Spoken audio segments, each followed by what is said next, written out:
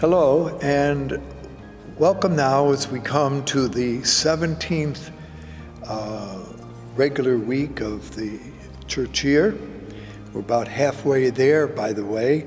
There are 34 weeks, so 17 is the end of the first half of the 34, technically, although it, as you remember, has been supplanted at times by the 100 days of the Easter season, etc. All right, so the readings this time, the first comes from the book of Genesis, chapter 18, verses 20 through 32. The letter attributed to Paul, the Colossians, chapter 2, verses 12 through 14, and the Gospel according to Luke, chapter 11, verses 1 through 13. Now, the Gospel, and keep in mind that we've been discussing how things run sequentially. We looked last time to the two sisters who provided hospitality, and they complimented the man, the Samaritan, who provided hospitality for the one who was sick. So the story continues now, okay? Just wanted to keep in mind that although we break things up each week, there is a continuity to the pattern that Luke has developed.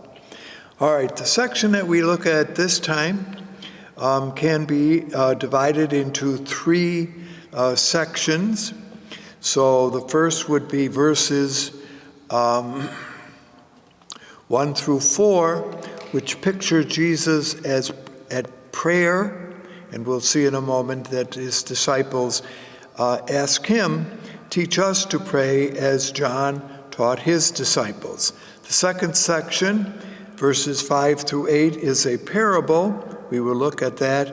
And then the conclusion are verses 9 through 18, which are teachings on the idea of prayer. So there is a little continuity here in this section that we're going to look at this time. All right. Let's go to the first two sections, to the opening verses, 1 through 4, where Jesus is pictured as praying. Now, as we have noticed on many occasions that in the third gospel, prayer is very much attributed to Jesus. Not that he doesn't pray in the other gospels, but certainly not with the same intensity or frequency that one finds in this gospel. And generally, the prayer of Jesus is identified by Luke as preceding some major decision or event in Jesus' life. So, for example, before he chose the 12 disciples, he was spent the night in prayer. So one notices, and this is we have pointed it out before, and we'll notice it again as we go along, a characteristic of Luke's story, that prayer precedes and kind of previews, if you want, some important event in Jesus' life. All right, so Jesus is pictured as praying. Now, as I started, the disciples come to him and say, "Jesus, would you teach us to pray as John taught his disciples to pray?"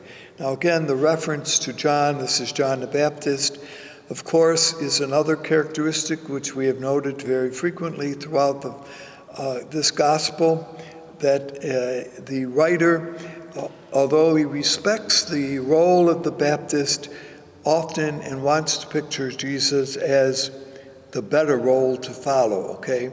So that we know more about John the Baptist in this gospel than any of the others, but we also recognize that there was a loyalty to the Baptist that both preceded that of Jesus' time and continued after Jesus' death and resurrection.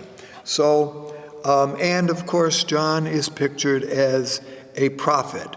Prophet, of course, always invoke God as kind of the source of what they are doing and why they are doing things. All right, so the disciples say, "Teach us to pray as John did."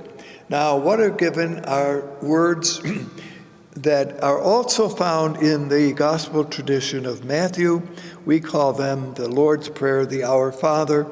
The version given by Luke is shorter, and but that doesn't, it may have been written first, although we're not definitely sure about that, because we believe that Matthew and Luke both borrowed from a tradition known as the Q, and got a lot of their information from that, or as some other writers now suggest, from a tradition attributed to Thomas. All right, so all of that is a kind of biblical study, but just to kind of look again at sources. All right, now the prayer, of course, that we are familiar with is divided essentially into two parts. First of all, honor and praise to God, and then the famous petitions that are made. It's a good way, of course, to pray, and the Hebrew tradition, of which Christianity is pretty much picked up on that. Before you ask God for something, it's good to kind of tell God how wonderful God is. I suppose we would say it's good to butter up the person that you're going to ask something from. That makes them feel good and may even open their minds to being more generous than perhaps they had thought at the beginning. Well, all right, so all of that lies behind it. Now, the prayer known as the Lord's Prayer or begins, Our Father. Now, I don't want to shock anyone here, but when we think of the title Father being given here by Jesus to God, think of Father, and not perhaps in the sense of intimacy and tenderness that we often associate with father and fatherhood when we talk about it, but rather think of Father here as indicating God's power. Now, Father is one of the images of God, certainly, that we have. And it is not important, perhaps again as a side, to the only title or image of God that we have. Throughout the scriptures and even in the New Testament, there are a number of other images which are associated with God. Now, I just kind of open that door a little bit to reflect on it. Even in some instances, we find parables in which God is described in the feminine term, as a woman. Now, of course, because the tradition is essentially patriarchal, that is interpreted the scriptures, those kind of images have always been there, but perhaps not highlighted in the same way that today some interpreters are suggesting. Anyway, Father here is a term given to someone who has power.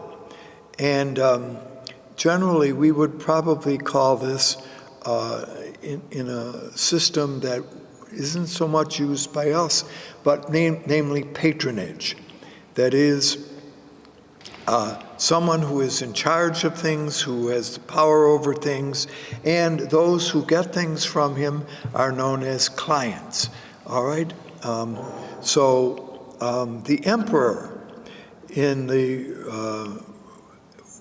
received the title Father. He was called the Pater Patricia, and he ruled the empire as the head of a patriarchal family.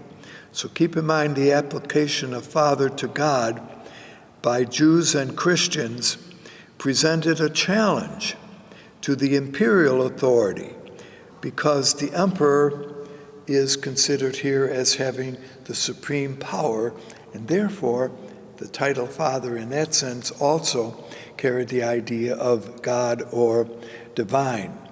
So all of that is to say, when the prayer calls God Father, it does indicate his power, and invoking it today perhaps does not have the same subversive effect that it certainly did in the time in which Jesus and the disciples lived.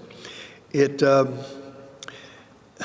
does not to challenge, as did what Jesus is saying, imperial authority.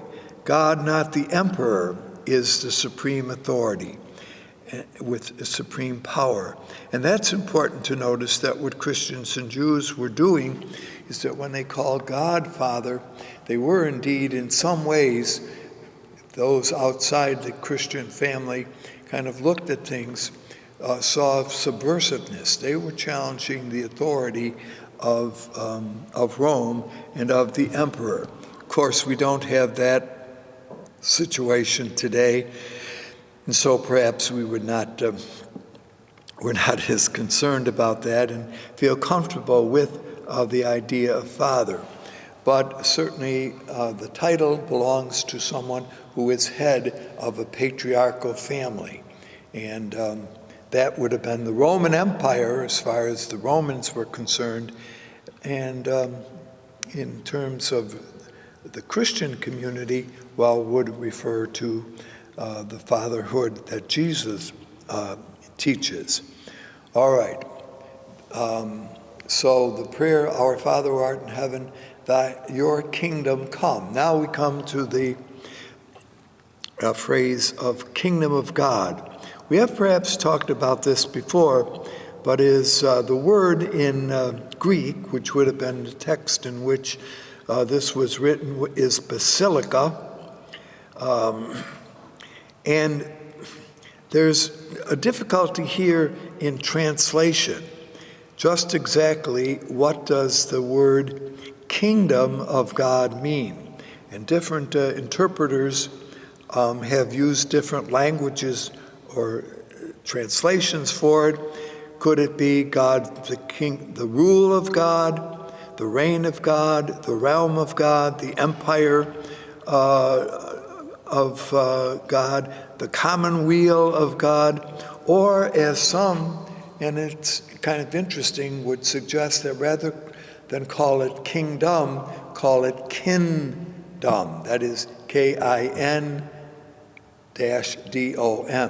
Therefore, reducing it from king, as we've been talking about here, having power, but as something more, kind of suggesting a relationship. So again, all of those are some considerations when we speak about the kingdom of God. Now, most translations tend to use that, and I just bring this to our attention here, that it does have some political, and I know we can't speak of that, but some implications in that regard, where some of these other titles, well, they're there, but they reduce the emphasis on that. We will continue to speak of the kingdom of God, but just as, because those in the Roman world who belonged to the kingdom of God, named the emperor, were often victimized, were often held in domination by the Roman authority. So is that what God's kingdom is like? See, and so that would be another kind of concern that would be brought to our attention at this point. So that's the first part, a praise of God, give him the title Father, and in that sense, certainly he is the patron for all of us, and now allow and open the door. Remember I said two things, praise and then make your petition. Here, again, following a pattern that also would later be adapted by Matthew, are three petitions. A petition for daily subsistence, a petition for forgiveness, and a petition, what we would call here, an eschatological future, something that has not yet happened. All right, so what's the first of that is we ask for daily substance. Now, if you think about it, bread represents what we need for physical subsistence. You can, do you have enough bread? And you can use that image kind of just that way, indicating sufficient funds or to take care of the daily needs. Now, I know that when we use this prayer, we generally do not think of the practical thing, but sometimes think of the bread of the Eucharist, and that's fine because it has these two possibilities, that we need bread for physical subsistence and we need bread shared at the Eucharistic table. So all of that lies behind perhaps that section of the Lord's Prayer as we give it. Secondly, forgiveness. Now, both as a gift received from God and as a manifestation of one's relationship with others is the importance of forgiveness. So we seek the Lord's forgiveness, but we also extend that forgiveness to others. And then the so-called, don't you love these words, eschatological future. That is a pleading that believers not be subjected to a final testing, false accusations that are brought against them. Now, even the late Pontiff Pope Francis kind of wondered whether or not the idea of God leading us into temptation or testing us is really appropriate. And although he, you might remember a few years ago, advocated that perhaps the Lord's Prayer would be changed to take away the idea that God was testing to something else, never has really caught on, perhaps because for so long we have prayed the prayer the way we do that we almost unconsciously kind of say the things we do without too much, concern or too much reflection. Be that as it may, that's a thought that goes there, okay? Now, also, please notice as we say this prayer, Our Father who art in heaven, that the prayer is in the first person plural. It isn't my Father, it is our Father. It is not me, but we. And so that also is important, that the style of prayer here is communal. We have noticed this when we looked at Matthew, but certainly we notice it also here now as we look at Luke. This is followed by a little parable. Some discuss whether or not the parable was originally here or whether or not it is a contribution that Luke brings in to maybe help understand what we are asking for or recognizing when we use and pray the Lord's Prayer. Well, I leave that up to you. It begins, so this little parable, which is in verses 5 through 8. So notice what we have been looking at thus far are verses 1 through 4. All right. Now, which of you, it begins with a rhetorical question, okay? And always keep in mind that either you can imagine or an unthinkable situation to which the expected response is an emphatic impossible. So someone is asking something, look, that's just not able to happen. Well, maybe that's the case here with this parable. And it is grounded on a quality we've looked at so many times before, namely hospitality. And so how does it begin? That a friend has a friend who arrives at the village or town, late at night, when everyone technically is asleep. And he comes to his neighbor's house Now, whether he knocks on the door, because probably they didn't have too much knocking, but he has to call out to his neighbor that he needs help. He has these visitors. One of the first things that you need to do when someone visits is to give them food. He doesn't have enough food now for whatever reasons. He doesn't have enough to feed them, or the bread that he has at hand was not freshly baked, and therefore you can't give stale bread to visitors. There's a lot of cultural stuff that goes on here. You have to say stale bread. Well, you probably don't know what stale bread is because so much freshness is put in it. But if you had lived at another time in which they didn't put stuff into bread became pretty hard after a few hours of its originally being baked. Just as an aside, for those of you who may not be terribly familiar with the process of baking. All right? So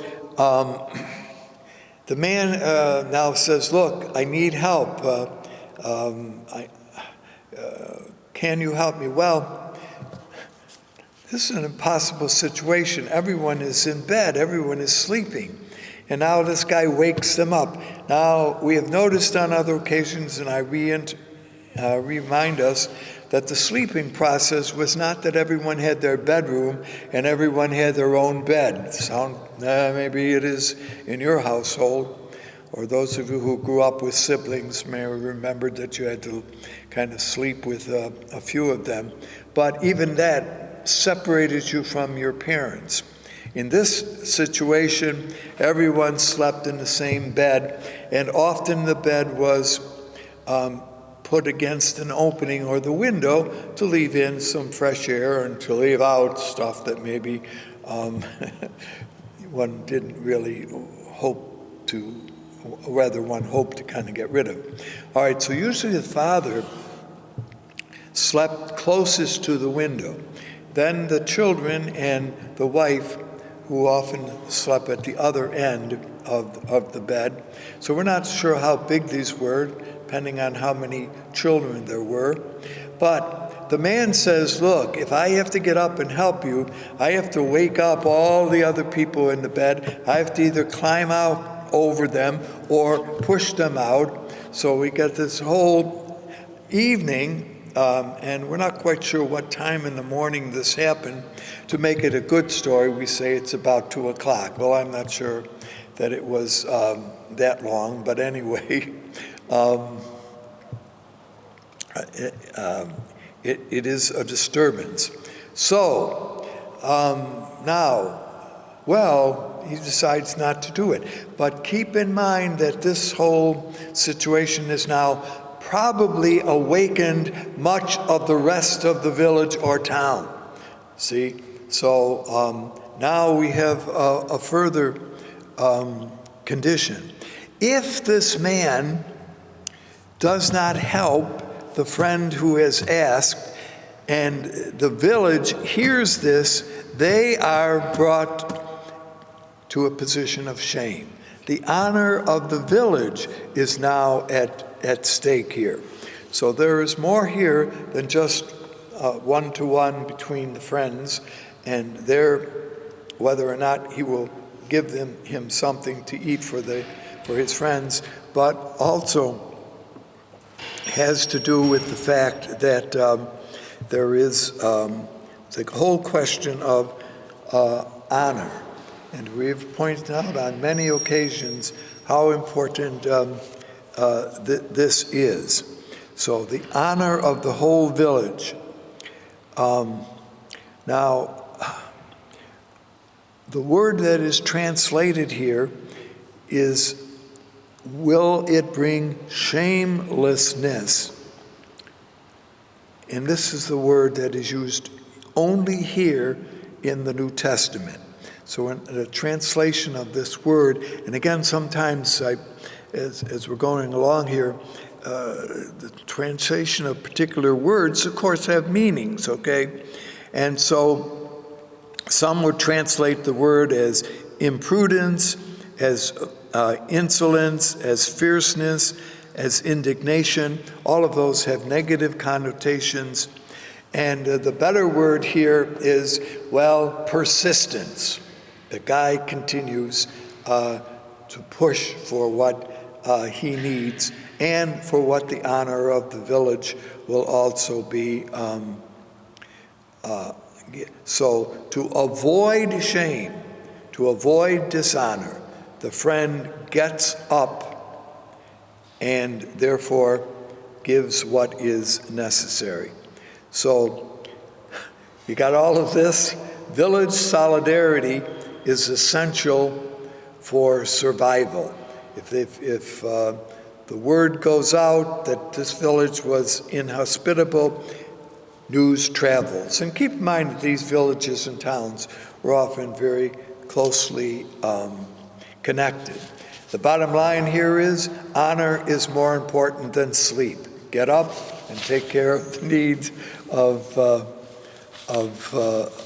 man.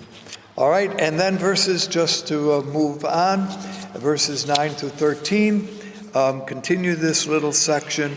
We find here a series of what we call wisdom sayings that are linked with catchwords, reassuring that asking will receive, seeking will find, knocking will result in the door being open.